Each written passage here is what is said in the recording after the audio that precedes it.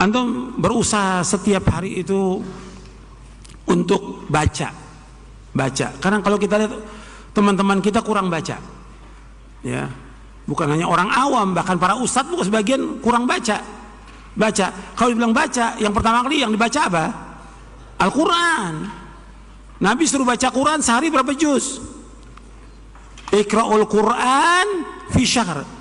Baca Quran, hatamkan Quran selama sebulan. Artinya maksudnya Nabi hatamkan Quran selama sebulan, berarti sehari baca berapa juz? 1. Antum baca tuh, nanti pulang dari sini baca 1 juz. Kemudian Nabi katakan lagi iqra'u fi ishrin. Bacalah selama 20 hari. Berarti 1 hari 1,5 juz. Iqra'u fi 15. Bacalah selama 15 hari. Hatamkan 15 hari. Berarti sehari 2 juz. Iqra'u fi ashrin. Bacalah selama 10 hari. Berarti sehari 3 juz. Iqra'u fi sabin wala tazid la dzalik. Bacalah selama sepekan, jangan kurang daripada itu. Artinya kalau kita bisa baca 1 juz, baca. Kalau bisa lagi 1,5 juz. Kalau bisa lagi 2 juz. Kalau bisa 3 juz. Setiap hari antum baca, istri antum baca, anak antum baca. Setiap hari itu baca. Itu yang pertama. Baca Quran tiap hari. Antum akan merasakan barokahnya rumah anak antum. Barokah itu dengan baca Quran barokah. Karena Allah sebutkan bahwa kitab yang paling barokah apa? Al-Quran. Kalau kitab ini barokah, berarti kita bacanya pun barokah. Rumah tangga kita pun barokah dengan baca Al-Quran. Perhatikan tuh, baca Quran setiap hari. Yang kedua, jadi istri antum baca, anak antum baca, antum juga baca. Setiap hari itu, pagi baca, sore baca, malam baca. Harus ada waktu untuk baca Quran. Jangan ditinggalkan. Gak bisa ditinggalkan Quran, baca. Setiap hari. Sekarang kan enggak, sibuk dengan apa? Dengan HP. Quran, tiap hari baca Al-Quran, tiap hari itu. Dan Nabi menyuruh kita suruh baca Al-Quran. Jangan jadikan rumah kita seperti kuburan, enggak ada bacaan Quran. Kata Nabi, la taj'alu buyutakum maqabira inna syaitana yanfiru minal baiti alladzi tuqra'u fi suratul Baqarah. Jangan kamu jadikan rumah kamu seperti kuburan. Sesungguhnya setan lari dari rumah yang dibacakan surah Al-Baqarah. Akhrajahu Muslim. Yang kedua, baca hadis Nabi. Baca tuh hadis Nabi. Kalau antum bisa baca Sahih Bukhari, baca 1 hadis saja setiap hari. Muslim 1 hadis, enggak usah banyak, 1 hadis saja. Tiap hari 1 hadis, 1 hadis. Masa nggak bisa 1 hadis? 1 hadis aja. Sahih Muslim 1 hadis tiap hari baca. Quran 1 juz atau 2 juz, hadis 1 aja. Masa nggak ada waktu? Masa nggak bisa? Semua nih, yang orang awamnya, yang pelajarnya, yang ustadznya, semuanya. Masa nggak bisa 1 hadis? Nggak sampai 10 menit 1 hadis. Kalau panjang bisa, tapi kalau pendek nggak sampai baca. Sekarang mulai dari mana Ustaz? Arba'in Nawawi baca dulu. Arba'in Nawawi. Mulai dari Arba'in Nawawi antum baca. Baca hadisnya, baca terjemahnya, baca syarahnya. Kemudian yang ketiga, baca buku yang sekarang kita pelajari ini. Mulai misalnya, antum baca. Baca syarah kitab tauhid, baca syarah akidah Ahlussunnah wal Jamaah, baca mulai misalnya, baca juga menuntut ilmu jalan menuju surga. Sama satu lagi yang antum harus baca, yang antum nggak boleh tinggalkan tuh tiap hari. Doa dan wirid antum baca tiap hari itu antum baca. Kemudian yang keempat yang saya ingatkan antum, jangan tinggalkan zikir ba'da sholat, zikir pagi, zikir sore, zikir mau tidur, antum jangan tinggalkan. Zikir itu benteng kita dari gangguan setan, dan juga zikir itu menguatkan hati kita dan hubungan kita kepada Allah. Zikir itu menenangkan hati kita.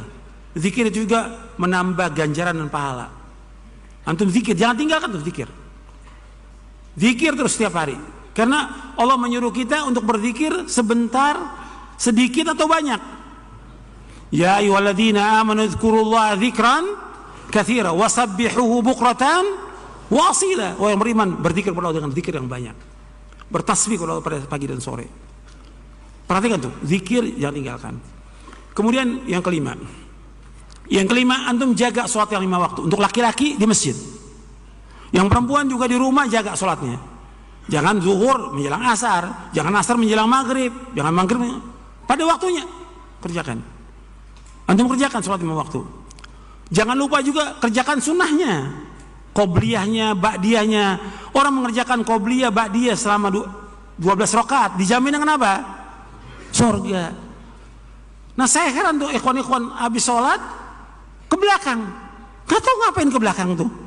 Mesti kan zikir, duduk di tempatnya. Selama dia duduk tempat itu, di tempat dia sholat, malaikat mengatakan Allah maghfir lahu, Allah marhamu, Allah maghfir lahu, Allah marhamu, Allah maghfir lahu. Ya Allah ampuni dia, rahmati dia. Baca zikir, nggak lama, paling 10 menit 15 menit. Duduk antum. Sholat sunat juga, kenapa antum nggak kerjakan? Qobliyahnya kerjakan, ba'diyah kerjakan. Nggak banyak waktu. Kalau kita di musola, kita mau sholatnya di rumah nggak ada masalah. Tapi kalau antum jauh, ya di masjid sholatnya. Karena memang sebaik-baik sholat seseorang itu di mana? Di rumah. Kata Nabi, afdalu sholatil mar'i fi baitihi ilal maktubah. Sebaik-baik sholat seorang di rumahnya kecuali yang wajib. Jelas tuh, ya. Antum jangan tinggalkan tuh. Antum juga jangan tinggalkan sholat malam. Bangun tengah malam, antum udah ngaji. Apalagi yang dai ustadz, jangan tinggalkan. Itu pesan tuh dari Rasulullah SAW kepada para sahabat yang masih remaja. Suruh sholat malam. Bahkan Nabi mengatakan kepada Abdullah bin Amr bin As, ya Abdullah, la takun mithla fulanin kana yaqumul laila fataraka qiyamal. Wahai Abdullah, jangan kamu seperti si fulan, tadinya rajin sholat malam, ditinggalkan sholat malam.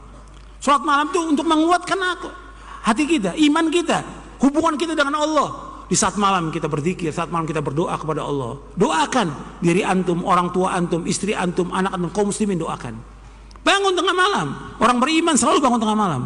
Jangan tinggalkan tuh, selalu bangun tengah malam. Antum punya istri, punya anak, punya cucu, antum sehat atau sakit, bangun tengah malam tetap. Minta kepada Allah. Itu kebiasaan orang-orang soleh. Banyak hadisnya. Di buku Nuntut Ilmu saya juga bawakan itu riwayatnya. Kemudian yang perlu juga antum perhatikan lagi, antum berusaha untuk banyak sedekah. Sedekah.